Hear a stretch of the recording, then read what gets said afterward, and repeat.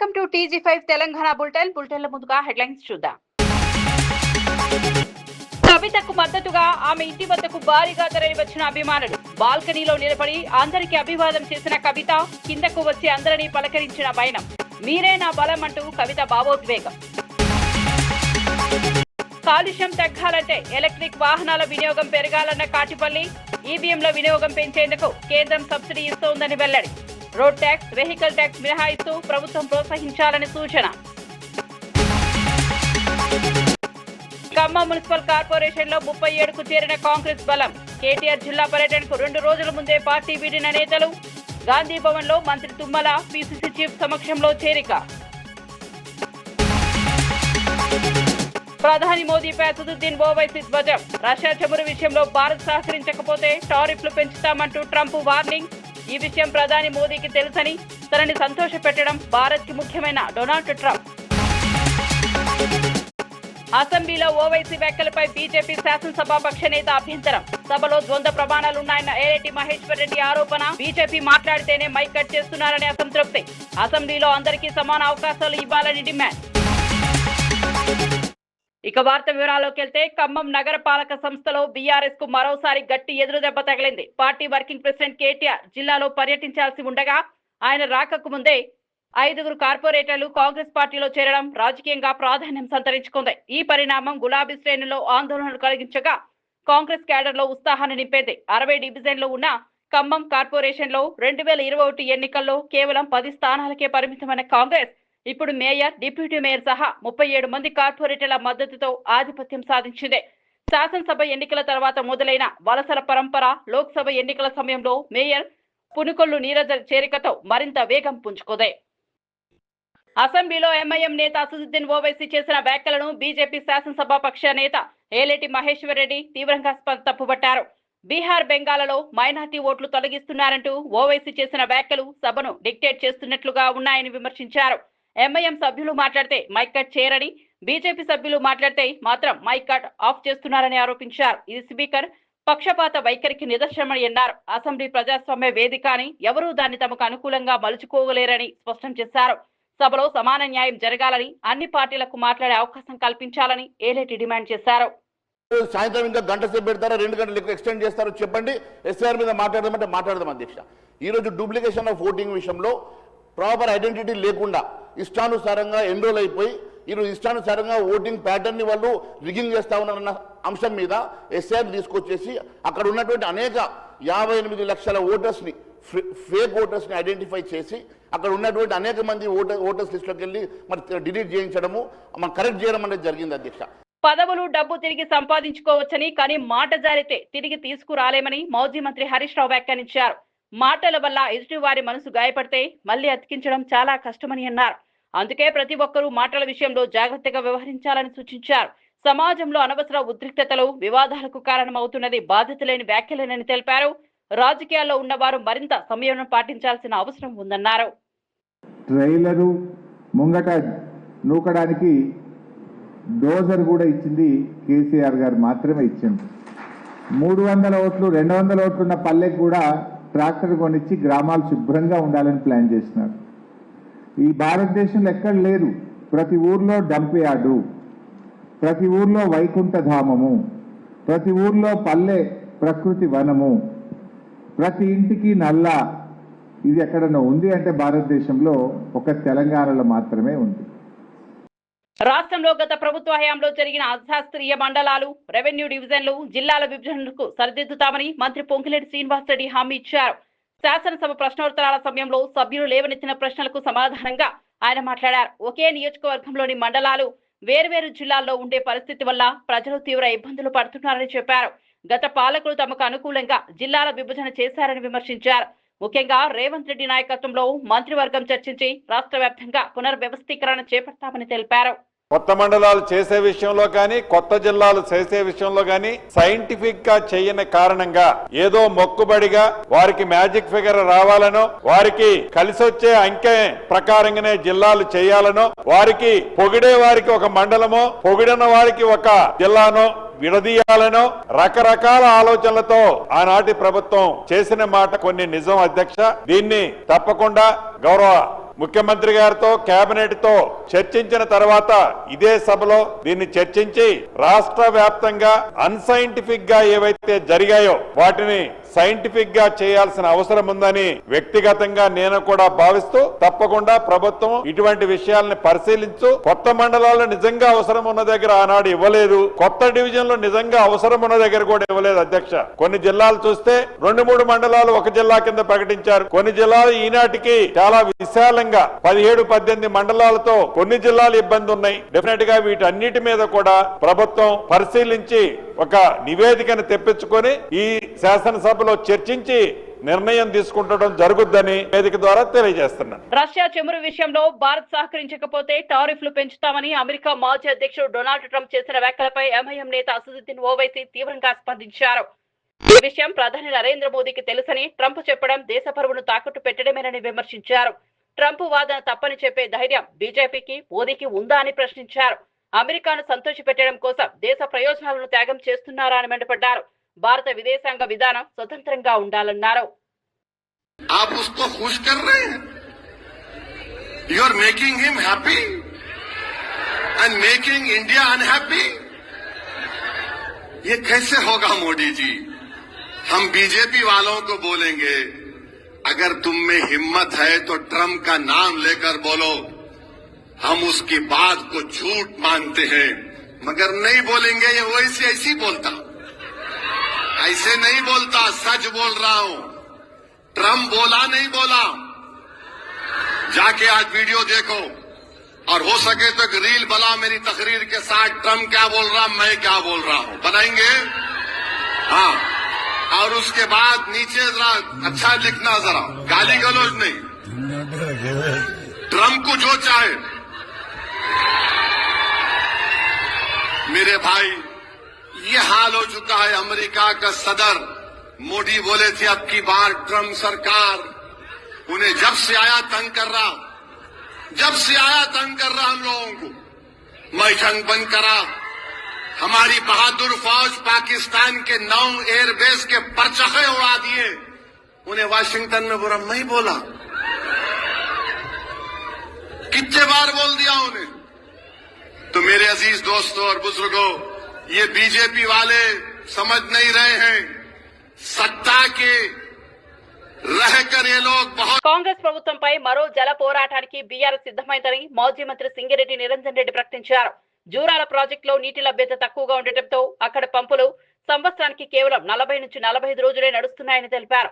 అదే సమయంలో శ్రీశైలం ప్రాజెక్టులోని కేఎల్ఐ పంపులు ఏడాదికి 220 నుంచి 240 రోజులు నడుస్తున్నాయని వివరించారు.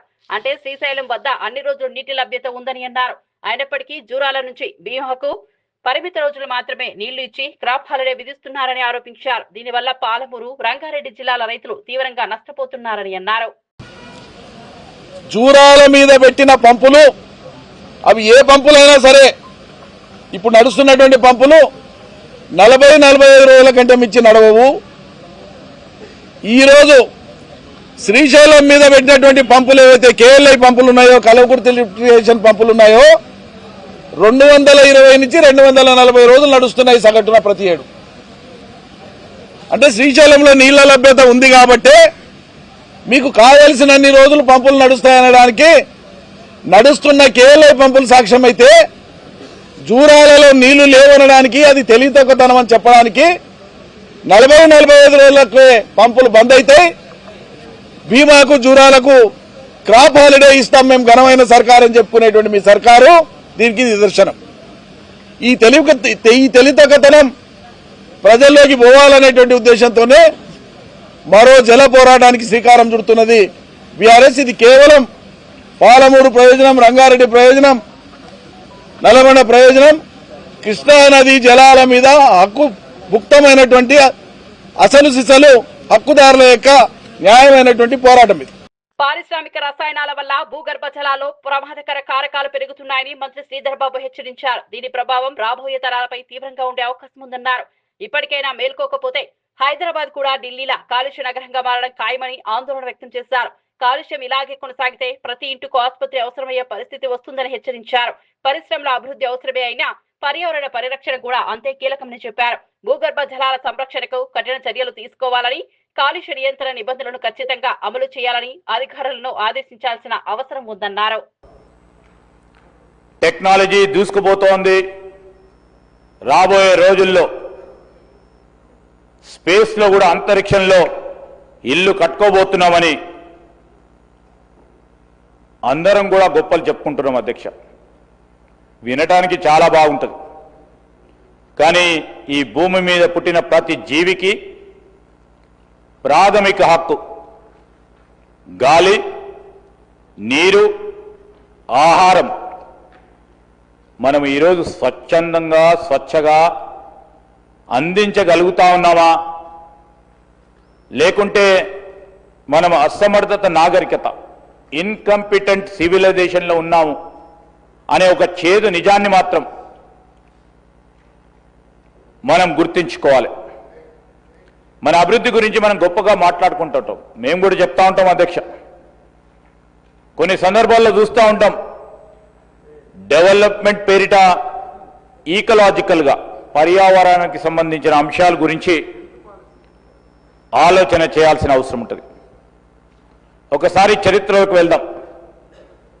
ఈ చరిత్రకు సంబంధించి మన పూర్వీకులు మనకు పచ్చని పొలాలు ఇచ్చిండ్రు, స్వచ్ఛమైన నదులు, పీల్చడానికి స్వచ్ఛమైన గాలి ఇచ్చారు. ఒక మాటలో చెప్పాలంటే ఒక క్లీన్ హైజీనిక్ ఎన్వైరన్మెంట్ ఇవ్వటం జరిగింది. అది మన పూర్వీకులు మనకిచ్చిన వారసత్వం. అదే క్లీన్ ఎన్వైరన్మెంట్ని మనము బాధ్యతాయుతంగా మన పిల్లలకి రేపటి తరానికి మనం అందిస్తున్నామా లేదా అని ఈ సభలో ఉన్న మన సహచర గౌరవ శాసన సభ్యులు, మామూలను విమర్శించే మిత్రులు కూడా ఆత్మవిమర్శన చేసుకోవాల్సిన అవసరం ఉంది అధ్యక్ష. మనం మన పిల్లల పేరు మీద గొప్పగా చదువులు చెప్పిస్తా ఉన్నాం. వారి ఫ్యూచర్ని సెక్యూర్ చేయడానికి అన్ని రకాల ప్రయత్నం చేస్తూ ఉన్నాం. పెద్ద పెద్ద బిల్డింగ్లు కడతా ఉన్నాం, ఉండటానికి సౌకర్యమైన ఇల్లులు ఏర్పాటు చేస్తూ ఉన్నాం. కానీ వారు పీల్చే గాలి కలుషితమైతే, వారు తాగే నీరు విషతుల్యమైతే ఇవన్నీ చేసిన దానికి అర్థం ఉంటుందా అధ్యక్ష? మనం వారసత్వంగా ఇచ్చిన సంపద వారి ప్రాణాలను కాపాడుతా ఉందా? ఇది ఎలా ఉందంటే మన బిడ్డలకు మౌనమే బంగారు గిన్నెలో విషం ఇచ్చి తాగుతున్నట్లుగా కనిపించే ప్రమాదం ఉంటుంది. తెలంగాణ జాగృతి కార్యాలయం వద్ద పెద్ద ఎత్తున అభిమానులు, ఉద్యమకారులు, వివిధ ప్రజా సంఘాల నాయకులు చేరుకుని సంఘీభావం ప్రకటించారు. జాగృతి అధ్యక్షులు కల్వకుంట్ల కవితకు మద్దతుగా కార్యకర్తలు నినాదాలు చేశారు. ఇటీవల జరిగిన రాజకీయ పరిణామాల నేపథ్యంలో కవితకు సంఘీభావంగా ఈ కార్యక్రమం జరిగింది. కార్యాలయానికి వచ్చిన అభిమానులకు కవిత అభివాదం చేస్తూ కృతజ్ఞతలు తెలిపారు. ప్రజా సమస్యలపై పోరాటం కొనసాగుతుందని, తెలంగాణ ప్రజల హక్కుల కోసం జాగృతి ఎప్పుడూ ముందుంటుందని ఆమె పేర్కొన్నారు. రైజింగ్ 2047 దృష్టి పథమే భవిష్యత్ తరాల జీవితాలను నిర్దేశించేదని ఉప ముఖ్యమంత్రి బట్టి విక్రమార్క స్పష్టం చేశారు. శాసనసభ సమావేశాల్లో మాట్లాడుతూ రాష్ట్రం ప్రస్తుతం $200 బిలియన్ ఆర్థిక వ్యవస్థ స్థాయికి చేరుకుందని తెలిపారు. వచ్చే 2 దశాబ్దాల్లో తెలంగాణను అభివృద్ధి చెందిన రాష్ట్రంగా తీర్చిదిద్దడమే లక్ష్యంగా ప్రభుత్వం ముందుకు సాగుతోందన్నారు. విద్య, ఆరోగ్యం, ఉపాధి, మౌలిక వస్తువులపై దృష్టి సారించి దీర్ఘకాలిక ప్రణాళికలు అమలు చేస్తున్నామని చెప్పారు. యువతకు నైపుణ్య అభివృద్ధి, పరిశ్రమల ఆకర్షణ, పెట్టుబడుల వృద్ధితో ఉద్యోగ అవకాశాలు పెంచుతామని వెల్లడించారు. దీంట్లో పెద్ద ఎత్తున ఉద్యోగస్తులకి బాగా ఉద్యోగ అవకాశాలు కల్పించే ఏకైక ప్రభుత్వ రంగ సంస్థ. దీన్ని కాపాడుకోవాల్సిన బాధ్యత, అవసరం కూడా ఆయా పరిసర ప్రాంతాల్లో ఉన్నటువంటి శాసనసభ్యులు, ప్రభుత్వం పైన కూడా ఆధారపడి ఉంది అధ్యక్ష. ఒకప్పుడు బొగ్గు తీయటం అనేది ఈ ప్రాంతంలో మోనోపలి. ఆ మోనోపలి ఉంది కాబట్టి సింగరేణి పబ్లిక్ సెక్టర్ అండర్టేకింగ్ ఉంది కాబట్టి సింగరేణికే ఇస్తూ ఉండేటువంటి వాడు. ఇప్పుడు ఆ మోనోపలి నుంచి ప్రైవేటైజేషన్లోకి, గ్లోబలైజేషన్లోకి దేశం, ప్రపంచం కూడా వచ్చేసింది. గవర్నమెంట్ ఆఫ్ ఇండియా సింగరేణికి ఆయా పరిసర ప్రాంతాల్లో మన రాష్ట్రంలో ఉన్నటువంటి బొగ్గుబాయిలన్నీ కేటాయించాల్సింది పోయి ఇప్పుడు ఆక్షన్ చేస్తూ ఉన్నాం. ఆక్షన్లో సింగరేణి పార్టిసిపేట్ చేసి ఎవరు అంటే సింగరేణితో పాటు ప్రైవేట్ వ్యక్తులు, ఏజెన్సీస్ కూడా పార్టిసిపేట్ చేస్తున్నాయి. ఈ పోటీ ప్రపంచంలో మనం కూడా దాన్ని తట్టుకొని నిలబడాల్సిన పరిస్థితి ఏర్పడింది. అట్లాగే బొగ్గు సప్లై కూడా థర్మల్ పవర్ స్టేషన్స్కి ఈ దేశంలో మిగతా ప్రైవేటు వ్యక్తులు ఉత్పత్తి చేసేటువంటి బొగ్గే కాకుండా మిగతా ఈ దేశంలో ఉన్నటువంటి మిగతా ఏజెన్సీస్ సంస్థలు కూడా ఉత్పత్తి చేసే బొగ్గు, అట్లాగే ఇంపోర్ట్ చేసుకునే బొగ్గు కూడా సప్లై చేసేటువంటి వ్యవస్థల్ని ఈరోజు దేశంలో అందుబాటులోకి వచ్చాయి. ఈ పరిస్థితుల్లో ఈ బొగ్గు కొనేటువంటి సంస్థలు థర్మల్ పవర్ స్టేషన్స్ గవర్నమెంట్ కానీ లేకపోతే ప్రైవేట్ ఇండస్ట్రీస్ కానీ తప్పనిసరిగా ఎక్కువ ఎవరు తక్కువకి సప్లై చేస్తే వాళ్ళ దగ్గర కొనుగోలు చేసే పరిస్థితి ఉత్పన్నమైంది. సో ఎవరు తక్కువకి బొగ్గుని సరఫరా చేయగలరో, తక్కువ ధరకు సరఫరా చేయగలరో వాళ్ళ దగ్గరే బొగ్గు కొనే పరిస్థితి ఉత్పన్నమైనప్పుడు కంపారిటివ్గా మనకు అందుబాటులో ఉన్నటువంటి వ్యవస్థలన్నీ చూస్తే ఎక్కువ ధర సింగరేణి ద్వారా మాత్రమే బొగ్గు సప్లై చేయబడతాం. సో రాను రాను సింగరేణి సంబంధించినటువంటి బొగ్గు ఉత్పత్తి రేట్ని తగ్గించుకుంటూ పోటీ ప్రపంచంలో బొగ్గు దొరుకుతున్న దాని సరి సమానంగా బొగ్గుని మనం అమ్మగలిగినప్పుడే దీని మనుగడ భవిష్యత్ తరాలకి మనం సింగరేణిని అందించగలం. అందులో పనిచేసే ఉద్యోగస్తులు కానీ ఆ కుటుంబాల భవిష్యత్తు దృష్టిలో పెట్టుకొని మనం అందరం దానిపైన సీరియస్గా ఒక యాక్షన్ ప్లాన్ తయారు చేసుకోకపోతే ప్రమాదంలో పడే పరిస్థితి ఉంది అధ్యక్ష. అందుకే నేను గౌరవ శాసనసభ్యులందరికీ సాంబశివరావు గారు ఒక సలహా చెప్పారు. తప్పనిసరిగా శాసనసభ సమావేశాలు అయిన తర్వాత ఒక వారం 10 రోజుల్లోనే ఆ పరిసర ప్రాంతాల్లో ఉన్నటువంటి శాసనసభ్యుల్ని, మంత్రుల్ని, అట్లాగే సింగరేణి సంబంధించిన సిబ్బందిని, సిఎండితో సహా డైరెక్టర్స్ అందరిని పిలిచి సింగరేణి పరిస్థితి ఇప్పుడు ఎట్లా ఉంది, భవిష్యత్తులో ఎట్లా చేయాలని మీ అందరి ఆలోచన. ఈవీ వాహనాల బ్యాటరీ సామర్థ్యం పెంపు, ఛార్జింగ్ మౌలిక వస్తువుల విస్తరణకు చర్యలు చేపడుతున్నామని మంత్రి పొన్నం ప్రభాకర్ తెలిపారు. శాసనసభలో మాట్లాడిన ఆయన రాష్ట్ర వ్యాప్తంగా ఈవీ ఛార్జింగ్ స్టేషన్ల సంఖ్య పెంచేందుకు ప్రణాళికలు సిద్ధం చేశామని చెప్పారు. ఈవీ పాలసీ కింద తయారీదారులు, డీలర్లతో సమావేశాలు నిర్వహించి సూచనలు తీసుకుంటున్నట్లు వెల్లడించారు. పర్యావరణ రహిత రవాణా లక్ష్యంగా ఈవీ వాహనాలకు ప్రోత్సాహకాలు అందిస్తున్నామని తెలిపారు. అయితే ఈవీ వాహనాలపై రాయితీల కారణంగా ప్రభుత్వానికి 900 కోట్ల పన్ను నష్టం వాటిల్లుతుందని చెప్పారు. 15 ఆటోమేటిక్ టెస్టింగ్ స్టేషన్స్ అంటే మాన్యువల్ ఇంటర్వెన్షన్ లేకుండా కంపల్సరీ వాహనాలన్నీ ఫిట్నెస్ ఉండి అందులో పొల్యూషన్ రహితంగా ఉండాలనేటువంటి టాప్ ప్రయారిటీ తీసుకొని మరి డిపార్ట్మెంటు వారు చెప్పినటువంటి లేటెస్ట్ టెక్నాలజీ తోటి ఆటోమేటిక్ టెస్టింగ్ స్టేషన్స్ ఏర్పాటు చేస్తున్నాం అధ్యక్ష. అదేవిధంగా పొల్యూషన్కు సంబంధించి పొల్యూషన్ రహితంగా ఉండడానికి మీరు గతంలో ఆర్టీసీకి చూస్తే కూడా మనం బస్సు వెనుక పోవాలంటే బట్టలు నలగయ్యేటువంటి పరిస్థితి ఉండే. ఇలా ఆర్టీసీ ఒక విధానపర నిర్ణయం తీసుకొని 15 సంవత్సరాల పైబడ్డటువంటి వాహనాలన్నీ కూడా స్క్రాపింగ్ చేస్తూ ఉన్నారు అధ్యక్ష. అదేవిధంగా ప్రభుత్వ వాహనాలకు సంబంధించిన motor vehicle act, government of India federal సిస్టంలో రాష్ట్రాలకు ఇచ్చినటువంటి హక్కు ద్వారా ఈ యొక్క స్క్రాప్ను 15 సంవత్సరాలు పైబడ్డ ప్రభుత్వ వాహనాలను కూడా ఖచ్చితంగా వాటిని స్క్రాప్ చేస్తున్నాం అధ్యక్ష. అయితే బయట ప్యాసింజర్కి సంబంధించిన వాహనాలకు సంబంధించి గ్రీన్ ట్యాక్స్ పేరు మీద ఎగ్జంప్షన్ చేసి ఆ వాహనాలను నడుపుకోవడానికి ఒక జీవోలో వెసులుబాటు ఇచ్చినారు. దాన్ని కూడా మేము అనేక సందర్భాల్లో మరి కేంద్ర మంత్రి గడ్కరీ గారు కలిసినప్పుడు ఈ వెసులుబాటు వల్ల కఠినంగా మేము నిర్ణయించలేకపోతా ఉన్నాం. ఆ 15 సంవత్సరాలు వాహనాలు దాటి పొల్యూషన్ కారణమవుతున్న వాహనాల మీద కఠినమైన చర్యలు తీసుకోలేకపోతున్నామని చెప్తాను అధ్యక్ష. అది కేంద్రం తీసుకోవాల్సిన నిర్ణయం. 15 సంవత్సరాలు పైబడ్డ అన్ని వాహనాలను స్క్రాప్కు తీసుకుపోయేటువంటి విధంగా, అదేవిధంగా గౌరవ సభ్యులు మాట్లాడినటువంటి విధంగా ఈ ఫిట్నెస్కు సంబంధించిన ఏ విధంగానైతే ఆటోమేటిక్ టెస్టింగ్ స్టేషన్స్ మొదటి దశలో 15 మొత్తంగా 37 కేంద్రాల్లో ఏర్పాటు చేయాలనేటువంటి ఆలోచనతో పోయే విధంగా చేస్తాను అధ్యక్ష. అదేవిధంగా డ్రైవింగ్ లైసెన్స్ కూడా ఆటోమేటిక్ డ్రైవింగ్ టెస్టింగ్ స్టేషన్స్ ఈ మధ్య ఢిల్లీకి వెళ్ళినప్పుడు మా డిపార్ట్మెంట్ అంతా కూడా ఢిల్లీలో డ్రైవింగ్ లైసెన్స్ కూడా పొరపాటున ఇచ్చినట్టయితే ఇబ్బందికరమైన పరిస్థితి ఉంది కాబట్టి అన్నీ కూడా ఆటోమేటిక్గా మాన్యువల్ ఇంటర్వెన్షన్ తక్కువ ఉండాలి అనేటువంటి ఆలోచనతో దానిలో భాగంగానే చెక్ పోస్టులు ఎత్తేసినాం, వాహన సారథిలో జాయిన్ అవుతా ఉన్నాం, స్క్రాప్ పాలసీ తీసుకొచ్చినాం, కెమెరాస్ను ఏర్పాటు చేస్తూ ఉన్నాం. అంటే ఎప్పటికప్పుడు మారుతున్న కాలానికి అనుగుణంగా రవాణా శాఖను కూడా అప్రమత్తం చేసుకొని ముందుకు పోయే ప్రయత్నం జరుగుతూ ఉంది అధ్యక్ష. అందులో భాగంగానే ఆటోమేటిక్ టెస్టింగ్ స్టేషన్. కానీ పొల్యూషన్ సంబంధించి వారు గౌరవ హైదరాబాద్ సంబంధించి ఎప్పుడు కూడా వాటర్ ట్యాంకర్స్ సప్లై సందర్భంగా మేము కూడా అప్పుడప్పుడు గమనిస్తూ ఉన్నాం. తప్పకుండా మా శాఖను ఇమ్మీడియట్గా వాటర్ బోర్డుకు సంబంధించి ఫస్ట్ ప్రిలిమినరీగా, ఎందుకంటే పబ్లిక్ కన్జంప్షన్ డ్రింకింగ్ వాటర్ ఇస్తుంది కాబట్టి బట్ ఇమ్మీడియట్గా ఫస్ట్ ఒక నోటీస్ ఇచ్చి అన్ని వాహనాల ఫిట్నెస్ పొల్యూషన్కు సంబంధించి కొన్ని హైర్ ఉన్నాయి, కొన్ని ఓన్ ఉండొచ్చు, ఏదైనా పొల్యూషన్ కారణమవుతున్నప్పుడు దాని మీద కఠిన చర్యలు తీసుకోవాల్సిందే. కాబట్టి స్కూల్ బస్సులకు సంబంధించి కావచ్చు, లేదా ఎంఎన్సీ కంపెనీలు, ఫార్మా లేదా ఐటీ రంగాలకు నడుస్తున్నటువంటి వాహనాలకు సంబంధించి కూడా పొల్యూషన్ కారణమైతే ఈవెన్ ఇండివిజువల్ కన్స్యూమర్ అయినా సరే హైదరాబాద్ను ఒకవేళ మనం కాపాడుకోకపోతే ఎయిర్ క్వాలిటీ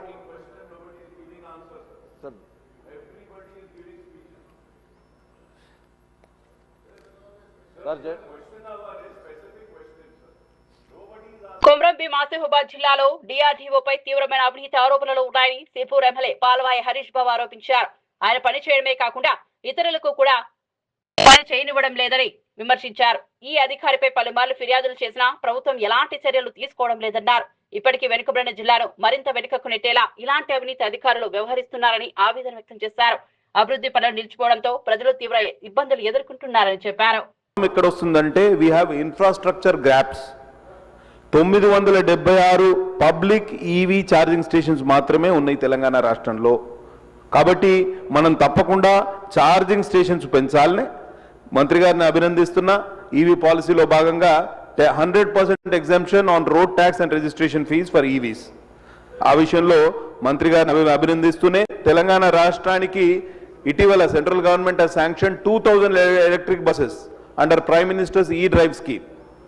సో హైదరాబాద్ని పొల్యూషన్ ఫ్రీ చేయాలంటే ఇది కూడా చాలా క్రియాశీలకం. నేను ఒక్కటే కోరుతున్నా, మనం ఫాసిల్ ఫ్యూయల్స్ పెట్రోల్ డీజిల్ మీద ఆధారపడడం తగ్గించాలంటే టోటల్గా మనకు eco friendly auto rickshaws with in city and ORR limits అనే ఆలోచన చేయండి. దీంతో పాటు ఫాస్ట్ బ్యాటరీ ఛార్జింగ్ ఆప్షన్స్ కూడా వచ్చినాయి తొందరగా. అంటే ఇప్పుడు ఏమవుతుందంటే మా ఇంటి ముందే మా పార్టీకి చెందిన స్టేట్ వైస్ ప్రెసిడెంట్ మల్లారెడ్డి గారు ఉంటారు. వారికి ఎలక్ట్రిక్ వెహికల్ ఉంది. రూఫ్ టాప్ మీద సూర్యఘర్ యోజన కింద పెట్టిన సోలార్ రూఫ్ టాప్ ఉంది. So he generates electricity there and he charges his vehicle. మన చాలా ముచ్చటేస్తుంది. End to end user system మొత్తం ఆయన ఇంట్లో ఉంది. కాబట్టి పెద్ద ఎత్తున ప్రధానమంత్రి సూర్యఘర్ యోజన కింద స్టేట్ పెద్దగా ప్రమోట్ చేయట్లేదు రెన్యూవబుల్ ఎనర్జీని. ఒక 3 కిలోవాట్ల యూనిట్ ఎస్టాబ్లిష్మెంట్కు 2 లక్షల రూపాయలు ఖర్చు అవుతుంది. ఒక 5 కిలోవాట్ల యూనిట్ ఎస్టాబ్లిష్మెంట్కు 3 లక్షలు ఖర్చు అవుతుంది. 78,000 కేంద్ర ప్రభుత్వం సబ్సిడీ ఇస్తుంది. ఆంధ్రప్రదేశ్లో సబ్సిడీ వాళ్ళకు అడిషన్ ఉప ముఖ్యమంత్రి గారు ఇక్కడనే ఉన్నారు. They have added increase subsidy 22,000 ఎక్కువ ఇస్తున్నారు మంత్రి గారు. దాదాపు ₹1,00,000 సబ్సిడీ ఇస్తారు. రాష్ట్రంలో కూడా మనం కూడా ఆలోచన చేసి పెద్ద ఎత్తున ఈ రెన్యూవబుల్ ఎనర్జీ విషయంలో మనం సూర్యఘర్ యోజనని ఉపయోగించుకుంటూ మన వెహికల్స్ కూడా ఎలక్ట్రిక్ వెహికల్స్ వైపు పోతే on one side we will reduce electricity consumption, on the other side we will promote pollution free environment also. కాబట్టి ఈ విషయంలో ఆలోచన చేయవలసిందిగా పార్కింగ్ స్టేషన్స్ ఎక్కడైతే పార్కింగ్ ఇప్పుడు మనకు రైల్వే స్టేషన్లో కానివ్వండి, బస్ స్టాండ్లో కానివ్వండి, మెట్రో స్టేషన్స్లో కానివ్వండి, ఈ పార్కింగ్ స్టేషన్స్లో ఈవీ ఛార్జింగ్ స్టేషన్స్ పెడితే చాలా ఉపయుక్తంగా ఉంటుంది. వీళ్ళు పోదు, లేకపోతే అక్కడ ఎవరైనా పార్కింగ్ మేనేజర్స్ ఎవరైతే ఉంటారో వాళ్ళకు మా ఛార్జింగ్ పెట్టమని ఇచ్చి మనం వచ్చే వరకు మన వెహికల్ ఛార్జ్ అయిపోతుంది. హైదరాబాద్ లోని బీజేపీ రాష్ట్ర కార్యాలయంలో గ్రేటర్ హైదరాబాద్ మున్సిపల్ కార్పొరేషన్ కు చెందిన కీలక నేతలతో సమీక్షా సమావేశం జరిగింది. నగరంలో రోడ్లు, డ్రైనేజీ, పారిశుద్ధ్యం, మౌలిక వస్తువుల సమస్యలపై విస్తృతంగా చర్చించారు. ప్రజలకు మెరుగైన సేవలు అందించడమే లక్ష్యంగా జీహెచ్ఎంసీ పనితీరును బలోపేతం చేయాలని నేతలు సూచించారు. వర్షాకాల సమస్యలు, ట్రాఫిక్ ఇబ్బందులు, పారిశుద్ధ్య లోపాలపై ప్రత్యేక కార్యాచరణ రూపొందించాల్సిన అవసరం ఉందని అభిప్రాయపడ్డారు. కొన్ని 300 డివిజన్స్ కూడా ఈ యొక్క కొత్త రాజకీయ క్షేత్రంగా మనం మారిన పరిస్థితి చూస్తున్నాం. కొన్ని మున్సిపాలిటీస్ 2 డివిజన్, కొన్ని మున్సిపల్ కార్పొరేషన్స్ పక్కన జవహర్ నగర్ లాంటి కొన్ని ప్రాంతాలు ఉన్నాం. ఇక్కడ వాటిని ఏ విధంగా ముందు తీసుకోవాలి, ఎట్లా ఐడెంటిఫై చేయాలి, ఆ మ్యాప్ ఇట్లా మనం కోర్టుకు పోయి కూడా చాలా రకాల మనం ఒక డీలింగ్ ప్లేసెస్ కూడా అన్యాయంగా జరిగింది, పేరు కూడా తక్కువ పెట్టారు అనే విధంగా 2-3 సార్లు తక్కువ జరిగింది. ఇప్పుడు జిహెచ్ఎంసీ మనం చూస్తే ఎవరైనా దాదాపు మనకు 30 ఇక్కడ అసెంబ్లీస్ ఉన్నాయి. ఇప్పుడు ఉన్నట్టు పరిస్థితి 30 కన్నా ఎక్కువనే ఉంటుంది. ఇవి పెరుగుతాయి, 30 దాకా 36 దాకా.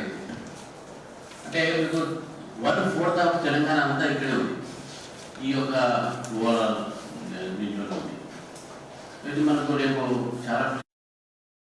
మనం తెలంగాణ మనం గెలవాలంటే మనం హైదరాబాద్ గెలవాలి. ఇది ఒకటి గుర్తుపెట్టుకోవాలి. ఇక్కడ మేజర్ ఇప్పుడు ఒకసారి మీరు లాస్ట్ అన్ని సీట్లు కూడా బీఆర్ఎస్ గెలిచారు. మనం పర్ఫార్మెన్స్ మంచిగా ఉన్నాం. మనం అదే 48 సీట్లు మనం కార్పొరేట్ గెలిచాము. కానీ అసెంబ్లీలో మమ్మల్ని వచ్చేందుకు మాత్రం అన్ని కూడా బీఆర్ఎస్ కూడా గెలిచడం జరిగింది. ఇది బీఆర్ఎస్ 38 సీట్స్లో 25 సీట్లు ఇక్కడ ఉన్నాయి. సీట్లు రావడానికి కారణం వేరే ఉన్నాయి. కొన్ని ఎంఐఎం సపోర్ట్ ఉన్న వాళ్ళకి అప్పుడు, తర్వాత దాంతో వాళ్ళు గెలవడం జరిగింది. ఇప్పుడు మనం చూసి జూబ్లీస్ కూడా చూస్తే జూబ్లీస్లో వాళ్ళు గెలిచిన సీటు సెకండ్ ప్లేస్కి వచ్చి ఓడిపోయారు. 25,000 ఓడిపోయారు. అంటే పబ్లిక్లో ఒక ఓటింగ్ ప్యాటర్న్ చేంజ్ అయ్యింది మళ్ళీ. చాలా ఇంపార్టెంట్. దాంట్లో కంపోజిషన్ మారేది, ఓటర్స్ మారారు చేశారు. న్యూ సిటీలో కొన్ని రాజేంద్ర నగర్ ప్రాంతాలు కూడా మస్జిద్ గెలిచేటటువంటి స్థానాలు క్రియేట్ చేశారు. ఈ సమయంలో అందరూ కూడా మనం మళ్ళీ పాత వైభవాన్ని హైదరాబాద్కు తీసుకురావాలి, ఈ సిటీకి తీసుకురావాలని చెప్తే మొత్తం మన కార్యకర్తలందరూ కూడా పాత వాళ్ళందరూ కుటుంబంలో సమస్యలు సహజమని వాటిని బయటకు తీసుకెళ్లకుండా ఇంట్లోనే పరిష్కరించుకోవాలని బీఆర్ఎస్ వర్కింగ్ ప్రెసిడెంట్ కేటీఆర్ అన్నారు. కుటుంబం అన్నాక అలుగుడు గులుగుడు ఉండడం సహజమని వ్యాఖ్యానించారు. ఏదైనా సమస్య ఉంటే కలిసి చర్చించుకుని పరిష్కరించుకోవాలని సూచించారు. పార్టీని కూడా కుటుంబంలాగా భావించి అంతర్గతంగా చర్చలు జరపాలని అన్నారు. 2028 ఎన్నికల్లో కారు గుర్తుకే ఓటేయాలని పిలుపునిచ్చారు. పార్టీ శ్రేణులు ఐక్యంగా ఉంటేనే తిరిగి అధికారంలోకి రావచ్చని చెప్పారు. అనవసర విభేదాలు పార్టీని బలహీనపరుస్తున్నాయని, ఐక్యతే విజయానికి మార్గమని కేటీఆర్ స్పష్టం చేశారు. బులెటిన్ ముగించే ముందు హెడ్లైన్స్ మరోసారి చూద్దాం. కవితకు మద్దతుగా ఆమె ఇంటి వద్దకు భారీగా తరలివచ్చిన అభిమానులు. బాల్కనీలో నిలబడి అందరికీ అభివాదం చేసిన కవిత కిందకు వచ్చి అందరినీ పలకరించిన వైనం. మీరే నా బలం అంటూ కవిత భావోద్వేగం. కాలుష్యం తగ్గాలంటే ఎలక్ట్రిక్ వాహనాల వినియోగం పెరగాలన్న కాటిపల్లి. ఈవీఎంల వినియోగం పెంచేందుకు కేంద్రం సబ్సిడీ ఇస్తోందని వెల్లడి. రోడ్ ట్యాక్స్, వెహికల్ ట్యాక్స్ మినహాయిస్తూ ప్రభుత్వం ప్రోత్సహించాలని సూచన. ఖమ్మం మున్సిపల్ కార్పొరేషన్ లో 37కు చేరిన కాంగ్రెస్ బలం. కేటీఆర్ జిల్లా పర్యటనకు 2 రోజుల ముందే పార్టీ వీడిన నేతలు. గాంధీ భవన్ లో మంత్రి తుమ్మల, పీసీసీ చీఫ్ సమక్షంలో చేరిక. ప్రధాని మోదీపై అసదుద్దీన్ ఓవైసీ ధ్వజం. రష్యా చమురు విషయంలో భారత్ సహకరించకపోతే టారిఫ్లు పెంచుతామంటూ ట్రంప్ వార్నింగ్. ఈ విషయం ప్రధాని మోదీకి తెలుసని తనని సంతోషపెట్టడం భారత్ కి ముఖ్యమైన డొనాల్డ్ ట్రంప్. అసెంబ్లీలో ఓవైసీ వ్యాఖ్యలపై బీజేపీ శాసనసభాపక్ష నేత అభ్యంతరం. సభలో ద్వంద్వ ప్రమాణాలున్నాయన్న ఏలేటి మహేశ్వర్ రెడ్డి ఆరోపణ. బీజేపీ మాట్లాడితేనే మైక్ కట్ చేస్తున్నారని అసంతృప్తి. అసెంబ్లీలో అందరికీ సమాన అవకాశాలు ఇవ్వాలని డిమాండ్. ఇవి బులెటిన్ విశేషాలు. చూస్తూనే ఉండండి TG5 న్యూస్.